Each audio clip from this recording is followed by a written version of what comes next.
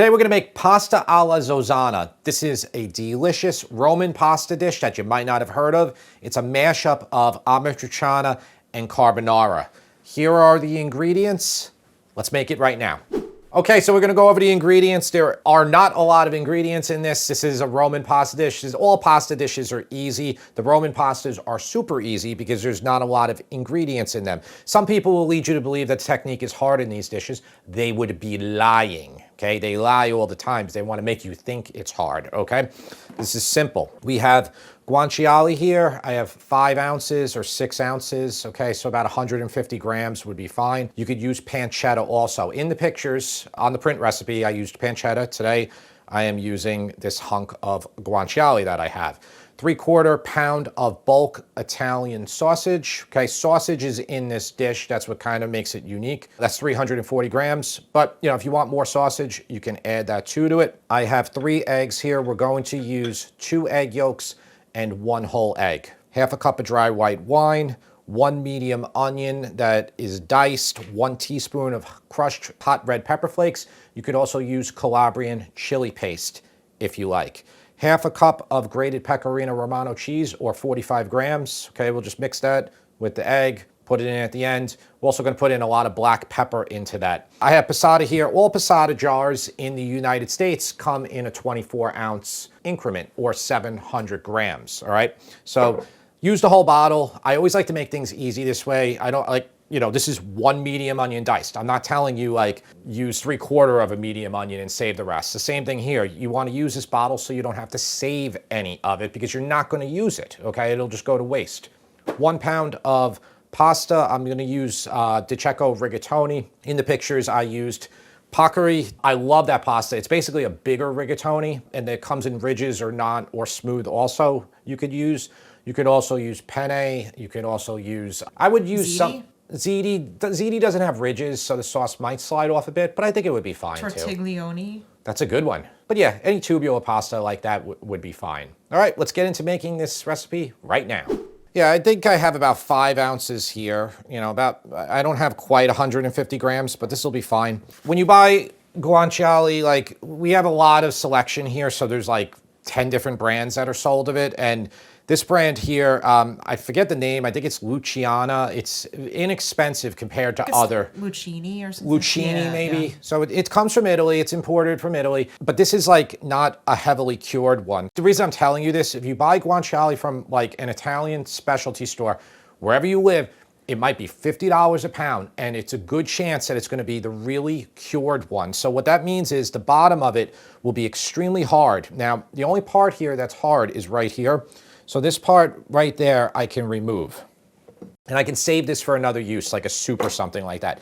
But just feel around, the rest of this is all soft here, so we can use it all. And same thing here, it's all soft. A lot of times it'll be really hard. It'll almost be like, kind of the point where it's like rancid, all right? It's still good, but you cut that part away before you use it, okay? I just wanted to go over that part with you. And I had a huge hunk of it. I have like over a pound. I froze it in increments. I keep it in the freezer for other dishes.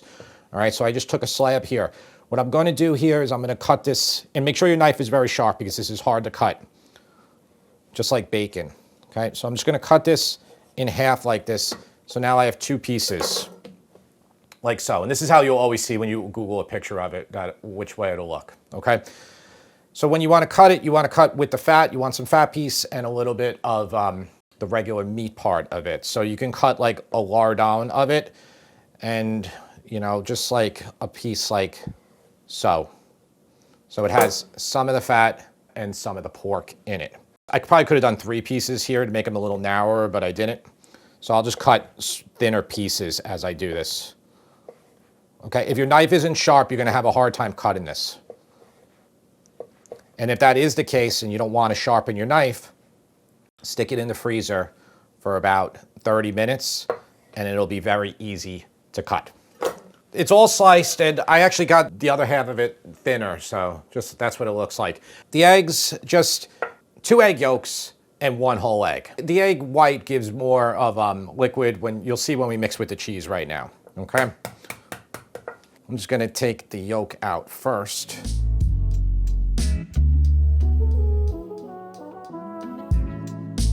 2 egg yolks, 1 whole egg, 45 grams or half a cup of grated Pecorino Romano. I like to put a lot of pepper in here, so even though we're using the hot pepper, I like a lot of black pepper in it, so I'm just getting it started with that, and I'll do the rest here. Does guanciale have a lot of pepper in it? Yeah, I mean, I think it's seasoned, most of them are just pepper and like thyme. You know, it's not much on it really. Yeah. The reason it tastes different than pancetta, it's the jowl, you know, of the pig, versus pancetta is the belly. Yeah. You know, if you're curious about that, guanciale is always going to have more of a gamey taste to it. It's just a stronger taste. I personally don't believe it's better. You'll see a lot of stuff online because people, they want to romanticize it because it used to be difficult to get in the United States. So they're like, oh, I made carbonara with guanciale. It was magnificent. I personally don't buy into that, okay? They do taste different to me. I think they taste very different. In fact, I actually prefer pancetta to the guanciale because I think the guanciale is very gamey for my taste. Okay, so this is like the whole recipe here. Like we did all the prep already. Like that's it. So now we're just gonna start cooking. Bring a pot of water, salted water to boil. Okay, I'm using a stainless pan. This is a 14-inch pan. This is gonna be able to accommodate our sauce, the sausage, everything, and our pasta. You could probably fit everything into a 12-inch pan. I have already heated up my pan. It's on a touch lower than medium heat. Okay, I'm gonna put all of this guanciale in here, and then I'm just gonna spread it out just so it can cook evenly and more quickly. You could put a touch of oil down here if you want. Say like the one you had not a lot of fat in it, like it was like mostly meat. You could put a touch of oil. I don't think we're gonna need it. All right, it's been going for a couple minutes. Like you can see how there's still a ton of fat on these pieces, so we just want all that fat to render from it. I just lowered my heat down even more. I'm like probably on a 3 out of 10 now. Like I'm very low heat. I don't want it to burn. Once this is done, we're gonna remove it, so just get a plate set up with paper towel. Okay, so it's only been probably 5-6 minutes total. This is good. You can let it go a little bit more. Just watch your heat so it doesn't burn. I'm gonna pull it out. Okay, I just have a slotted spoon because I want to leave the fat. See how good that looks? Actually, you know what? I'm gonna see how much fat I have here. I might have too much. I'm gonna take a little bit out because the sausage I have here has a ton of fat as well. We could always add it back in if we need it. Don't put your hand under it like I was gonna do there. So I just removed that much. Okay, I'm turning my heat up to a little bit more than medium now. And then here's our sausage I was talking about. Depending on what sausage you buy, some will have tons of fat. If you buy like really crappy sausage, it will have not that much fat, okay? It'll be like down towards 20%. Really good sausage will be like 35% fat. I'm just gonna spread it out. This will help it brown easier. So Jim, usually when you use like a non-stick pan, you would say hot pan, hold oil, right? So in this case, the fat that's already in there, that's acting as the oil, is hot. So is that sausage going to stick to the pan? It might stick a little bit. I don't really care because we're gonna deglaze with white wine anyway. Okay. But, you know, I heated up the pan initially. When you're using stainless, you have to heat up the pan. Then you add your oil.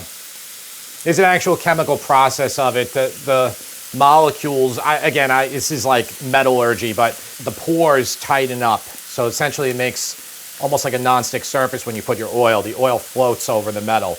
Versus if you put oil down right away, without heating up the pan, it will go into the pores. And then when you put your chicken down or whatever you're searing, it will just stick completely. And that is the reason in a nutshell why people don't want to use stainless. Okay, again, this is about a 6 out of 10. The heat, stainless, you're gonna get nice sear relatively easily. We'll just turn this over. You can see there's nice color on the bottom of the sausage. Just try to flip the pieces over as best you can. So it's nice having a really big pan here, all right? Because we're gonna do the onions at the same time and we have enough room. Got some room, okay? Let's get all the onions in. By the way, all my fat, sausage fat, guanciale fat's over here because everything tips this way because, you know, we're working on just a counter here with a little countertop burner. So I'm just gonna get it all back in there, that fat. And I think I do need a little bit more fat, so I'll just take a little bit of my guanciale fat. All right, so we're just using the other side of the pan now for those onions. And I can use my meat masher to do this. Okay, I'm just chopping up the sausage, make the pieces smaller. Okay, I'm gonna move everything together and we'll just let this cook for a few more minutes. Any big pieces just go after. Okay, that's pretty good. The whole process for the sausage and onions only took about 7 minutes. This is 1 teaspoon of crushed red pepper. Okay, hot red pepper. Just put it all in there. Okay, I'm gonna mix it around, let it bloom in that fat, oil, all that. Oh yeah, smell that. Now listen, if you don't like hot red pepper, don't use it, okay? It's simple as that. You can take anything out of these recipes that's a seasoning like that, and you can add something else, you know, or not. All right, that's great. Half a cup of dry white wine. I'm using Sauvignon Blanc. Okay, just get your head back when you do this. Okay, just turn the heat up to high. Now take a flat edge of your wooden spoon like this, and then just remove the brown bits in the bottom of your pan. Super simple. Okay, I'm gonna lower that back down. All right, enough evaporated. And then our jar of puree. Okay, you can get a little bit out of here if you want with a little bit of water. All right, I want to bring this to a lively simmer right now. At this point, you can start boiling your pasta. The rigatoni that DiCecco is like 12 to 14 minutes for al dente. Cook it like 1 minute, maybe 90 seconds less than al dente because we're going to finish that pasta in the sauce. We're going to marry it together, okay? Super simple. Now it's simmering nicely.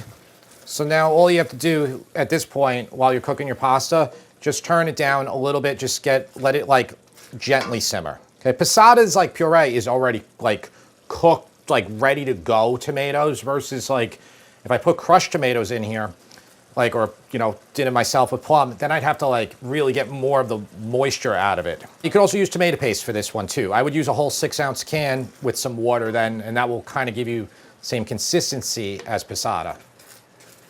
Okay, so we have a few minutes on the pasta. We can taste this sauce now to see how it is. Don't forget, we're putting in that half a cup of pecorino, so that's salty. That goes in at the end, the pecorino and the eggs. Like, not, you'll see, you'll see. It's simple. That's good. Salt is fine. I'm not gonna put more salt in because between the salty guanciale and sausage and the pecorino, we're good. All right, keep it on a very low simmer. The pasta, it's a few minutes from being done. So you can see like how a lot of the sauce is like, it's very thick now. So you don't have to go crazy draining this right now. When you pull this out, you know, just like 1, 2, 3, and that'll be fine. Probably gonna have to end up adding a couple splashes of pasta water in here too. So save all your pasta water. Okay, and I have my heat about a 3 to a 4 out of 10. You can see how dry this is already, so we're gonna have to add a splash. Now that's gonna just be dictated on how much you evaporated your sauce by, you know, what type of burner you were on, the level of heat you had. I was trying to keep it as low as I could on this, but this burner's doesn't have as much control as my regular stovetop over there. Okay, a little bit of pasta water, and I'm gonna turn this to about a 4 out of 10. Okay, I need this pasta to finish cooking. Think the taste tester is gonna like this one, Tara? Well, aren't I the taste tester? Yes. Okay, so let me ask myself. Do I think I'm gonna like this? I do think I'm gonna like it. I will preface that by saying I do prefer pancetta to guanciale. So I will be slightly biased going and tasting.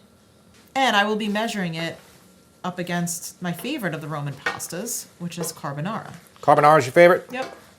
Another minute, or yeah, about maybe 30 seconds. So I like to save all the pieces of guanciale for the end to put on per plate. Some recipes you'll see, they'll cook about half of it in here. Some will cook, leave it all in. They'll toss it all together. I like to serve it on top. I think it looks better too, and then, you know, you have the nice crunch of it still. All right, let's pull this off. Do like a 30-second count, but you really don't, it doesn't really matter here with this one because there's sauce in it. Here's our egg and cheese mixture. Okay, let's get it in. Mix it together. This is gonna make it creamy without adding cream, okay? That's the point of putting the egg in here. You're gonna be fine. Nothing's gonna happen to you, okay? Like, you're not gonna get sick, there's plenty of heat here for it. You just don't want to do it when it's on the heat because you might scramble your eggs then. I mean, it's more critical with carbonara. You will absolutely scramble your eggs if you do it that way when you're on the heat. Okay, a little bit more pasta water. Yep, and that's perfect. Perfect consistency. Like that. Thank you, Tara, for being the taste tester. Thank you for having me as the taste tester today. You're welcome. You got to get down to the table quickly, though. This is already solidifying all over here. Yeah. And it's only been a few minutes, so. This guanciale I thought was pretty good. Yeah, it is. We've had expensive stuff that was like really, really just pungent and to the point where it wasn't just Tara, like the kids didn't want to eat the dish. I feel like it could have even more sausage instead of 3/4 pound. See, and that's all the rest of it for, you know, the other 4 to 5 plates. I'm actually pleasantly surprised because I don't usually like the strong, funky flavor of guanciale. I prefer the more mellow flavor of pancetta. But this guanciale is a little bit more on the mellow side. Yeah. So I really do like it. So I am pleasantly surprised there. I really like the texture of the sauce. I think it's nice and creamy. It's kind of velvety from the egg. So I know this is supposed to be, you know, a mashup of carbonara plus amatriciana with sausage added in. That being said, I kind of feel like, and this is not a knock on you or the way you prepared it. I know this is the recipe, but I almost feel like, I know you said you think it could have more sausage. I don't feel that the sausage is a necessary component of the dish. I actually think it would be really good without the sausage. So it really is a true mashup without any additions. This sausage in particular did not have any fennel in it, which I think is probably better than if you did add fennel, because I feel like adding fennel sausage would be a little too many flavors going on. Yeah, you don't need the fennel. So this is a little bit on the simpler side. That's my personal preference. I think I would like it better without the sausage and just the egg. I went online and I looked, probably 20 recipes I saw, every single one had sausage. Yeah, so no, that's... I don't know if that is even the authentic way. I mean, I don't even know what you mean by authenticity. Supposedly this is a relatively new recipe that was, you know, this isn't like a 300-year-old recipe from Italy.